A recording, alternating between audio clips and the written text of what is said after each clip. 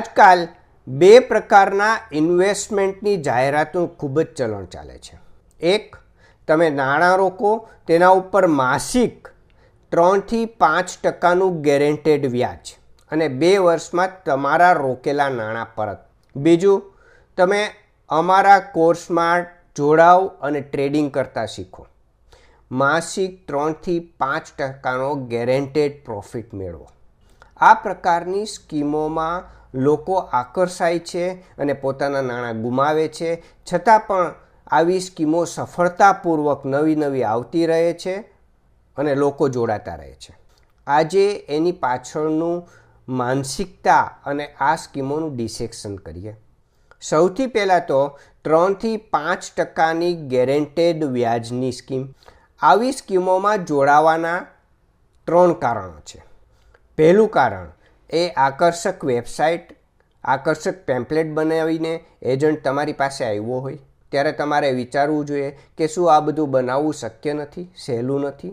કોઈ પણ કંપનીને એકદમથી ગ્લોરીફાઈ કરીને બતાવી કે આ કંપની બિટકોઈનમાં રોકાણ કરે છે, પ્રોપર્ટી લે છે, વિદેશોમાં ઓફિસ છે, એ બધું બતાવવું સરળ નથી. બીજું કારણ છે, તમને ગેરંટીડ 3થી 5%નું વ્યાજ મળશે એવું સ્ટેમ્પ પેપર ઉપર લેખિતમાં આપે છે. ત્યારે તમારે એ વિચારવું જોઈએ કે એ લેખિત આપેલા સ્ટેમ્પ પેપરની વેલ્યુ કેટલી.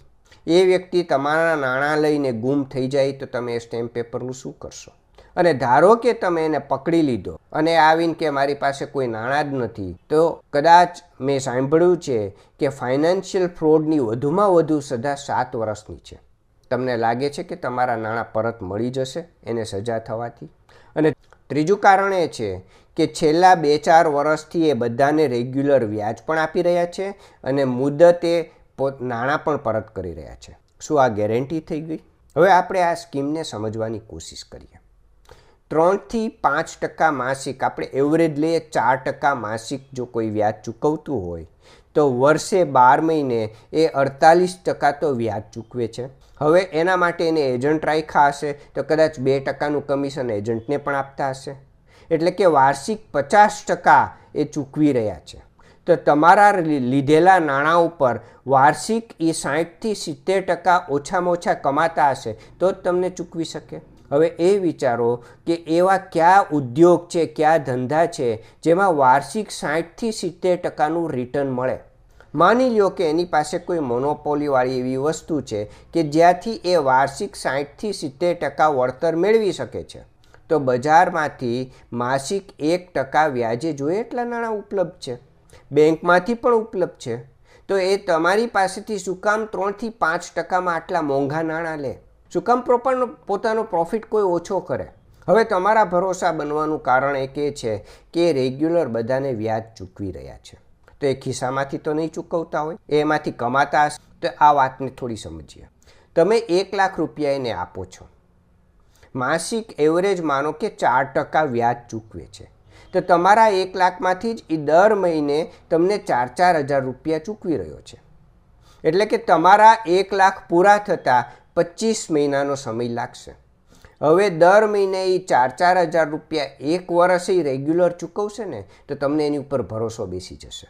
એટલે તમે બીજા 2 વ્યક્તિને એમાં ઇન્વેસ્ટમેન્ટ કરવા માટે લેતા આવશો. તો તમારા જ્યારે 24 મહિના પૂરા થાય અને તમારી મુદ્દલ પરત કરવાનો સમય આવશે ને ત્યારે બીજા પાસેથી લીધેલા નાણાં એ તમને પરત કરશે. એ કોઈ બિઝનેસમાંથી કમાયેલા નહીં હોય. એટલે એક વ્યક્તિના નાણાં બીજાને આપી અને એ રોલિંગ કરે.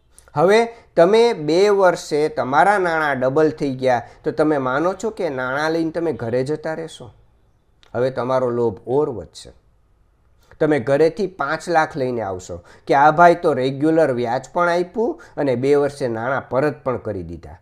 હવે આને નાણાં નહીં આપું તો બહુ મોટું નુકસાન જશે. 5 લાખ ઉપર દર મહિને મને 20,000 વ્યાજ મળશે અને 2 જ વર્ષમાં મારા 5 લાખ છે એ 10 લાખ થઈ જશે.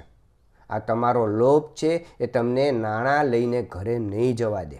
તમે વધુ નાણાં લઈને ફરી રોકાણ કરશો અને આ રીતે એ નાણાં એકઠા કરે છે, હજારો કરોડ રૂપિયામાં એકઠા કરે છે અને જતા રહે છે. એમાં એને 1 પૈસાનું પણ રોકાણ નથી થતું. થોડું બુદ્ધિપૂર્વક વિચારો અને પછી નિર્ણય લો. જે ઇન્ફ્લુઅન્સરો જાહેરાત આપે છે કે 3-5% ટ્રેડિંગ કરીને કમાવો અને એના કોર્સિસ રાખે છે. 2000 ને 5000 ને 50,000ના કોર્સિસ રાખે છે. જો એ પોતે 3-5% દર મહિને કમાઈ શકતા હોય તો 2-5,000 ને 50,000ના કોર્સિસમાં કમાવાની એને શું જરૂર છે? એવો લોભ રાખવાની શું જરૂર છે? એ પોતે પોતાનું રોકાણ કરી અને વાર્ષિક 60-70% બેઠા બેઠા કમાઈ લેતા હોય તો આવી ટ્રેનિંગમાં એને સમય બગાડવાની કોઈ જરૂર જ નથી રહેતી. આવી જે કોઈ પણ વાત કરતા હોય એમાં બહુ સરળ ઉપાય છે. એમને કહો કે છેલ્લા 1 વર્ષમાં તમે જે ટ્રેડિંગ કરેલું હોય એની સીએની ઓથોરાઇઝ લેજરની કોપી આપો, સીએ દ્વારા ઓથોરાઇઝ કરેલી. કોઈ એક સોદામાં તમને મળી ગયા અને એની ઉપર વાત કર્યા કરો, એનાથી ભરોસો ન બેસે.